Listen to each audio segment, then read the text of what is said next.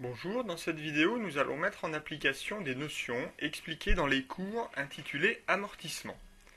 L'application que nous allons traiter est la suivante. Notre entreprise acquiert et met en service un matériel industriel le 15 septembre N pour un prix brut hors taxe de 35 000 euros, remise 10%, escompte 5%, TVA 19,6%. L'amortissement est linéaire sur 10 ans, la valeur résiduelle au bout de la période est de 5 000 euros. L'un des composants de ce matériel, dont la valeur brute est de 3 000 euros, doit donner lieu à un amortissement spécifique. Ce composant sera remplacé au bout de 5 ans, sa valeur résiduelle étant alors nulle. On vous précise que l'usure du composant est proportionnelle au nombre de pièces fabriquées, et on estime que ce nombre de pièces augmentera de 20% chaque année. Pour l'année N, faire un calcul pro rata temporis. L'exercice comptable coïncide avec l'année civile. Vous devrez enregistrer l'achat du 15 septembre dans le journal de l'entreprise, préciser quel plan d'amortissement l'entreprise devra élaborer et quelles seront les bases d'amortissement, présenter le plan d'amortissement du matériel d'une part et le plan d'amortissement du composant d'autre part, enregistrer les écritures d'inventaire pour l'année N+3, et enfin compléter les extraits du bilan et du compte de résultat pour l'année N+3. Je vous suggère de mettre la présente vidéo en pause pour prendre le temps de faire vous-même l'exercice. Vous pourrez ensuite redémarrer la vidéo afin de voir la correction. Commençons donc cette correction.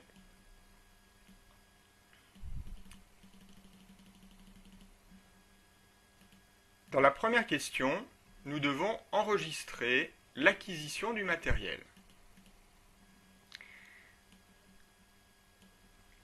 Nous allons donc débiter le compte 215,41 matériel industriel pour enregistrer la valeur du matériel industriel proprement dit, hors composants spécifiques.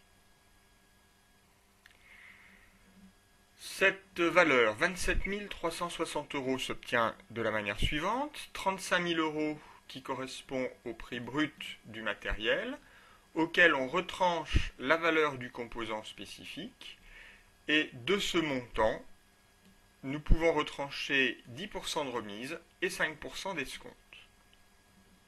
Le compte 215,42 matériel industriel composant spécifique enregistrera 2 565 euros.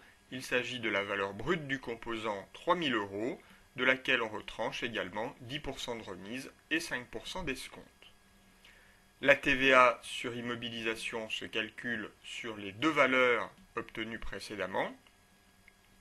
Enfin, au crédit, nous constatons une dette sur le fournisseur d'immobilisation. Deuxième question, quels seront les plans d'amortissement que devra élaborer l'entreprise? Bien, il y en a trois.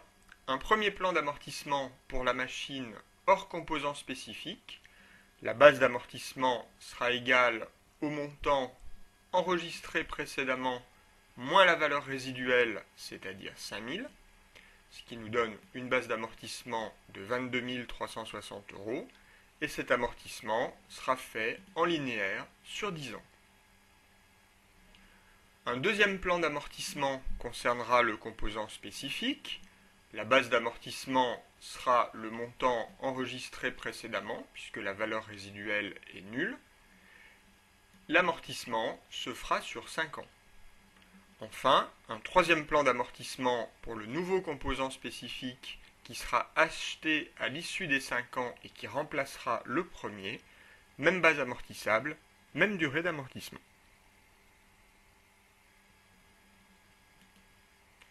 Troisième question.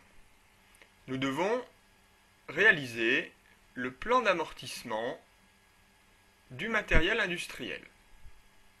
C'est un amortissement linéaire, nous allons donc commencer par calculer le taux d'amortissement linéaire, qui est donc de 10%, puisque l'amortissement se fait sur 10 ans. Nous aurons 11 lignes dans notre tableau d'amortissement, puisque le matériel est mis en service en cours d'année. La base a été calculée dans la question précédente. Il nous reste donc à multiplier cette base par le taux d'amortissement, puis par faire un calcul pro rata temporis. 3,5 sur 12 pour la première annuité, puisque notre matériel est mis en service le 15 septembre. Je vous laisse observer ce tableau et le comparer avec celui que vous aviez réalisé. Quatrième question. Nous devons présenter le plan d'amortissement du composant. L'amortissement est proportionnel au nombre de pièces fabriquées. Nous savons que ce nombre de pièces augmentera de 20% chaque année. Nous allons donc partir par exemple d'une base 100 pour la première année et multiplier par 1,20 chaque année afin d'ajouter les 20% de pièces supplémentaires. Il nous était précisé dans l'énoncé que pour l'année N, nous ferions un calcul prorata temporis. En effet, nous allons utiliser, nous l'avons vu, pendant 3 mois et demi seulement notre machine au cours de la première année. Nous multiplions donc le nombre de pièces d'une année complète par 3,5 sur 12. Nous retrouvons ce calcul prorata temporis sur la dernière ligne. En tout, nous avons donc 6 lignes pour avoir nos 5 années complètes d'utilisation. Ces calculs faits, nous pouvons élaborer le plan d'amortissement. La base est celle que nous avions calculée dans la question numéro 2.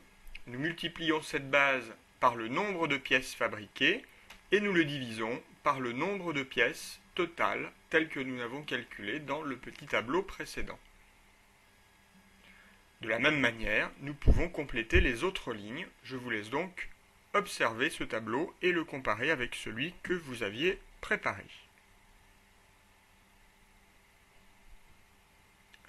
Dans la cinquième question, nous devons enregistrer les écritures d'inventaire pour l'année N+3.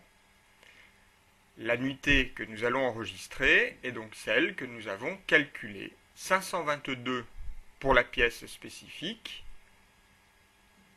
2236 pour le matériel industriel proprement dit. L'écriture d'inventaire sera donc la suivante. Nous débiterons 6811 dotations aux amortissements et nous créditerons deux comptes, 28 15 41 pour l'amortissement du matériel industriel, 28 15 42 pour l'amortissement du composant spécifique. Enfin, il nous reste à compléter les extraits du bilan et du compte de résultat au 31 décembre N+3. Le montant brut correspond au montant enregistré lors de l'acquisition. Confère première question de l'exercice. L'amortissement cumulé est égal à 8 767 €. Nous reportons l'amortissement cumulé calculé dans les questions 3 et 4 pour le matériel d'une part et le composant d'autre part. Et le montant net peut s'obtenir par soustraction du brut et de l'amortissement, où nous pouvons le retrouver en ajoutant la valeur nette comptable de nos deux tableaux d'amortissement. Dans le compte de résultat, nous reportons les annuités de l'année donc N+3, c'est-à-dire le montant qui avait été enregistré dans la question 5, dans le compte 6811.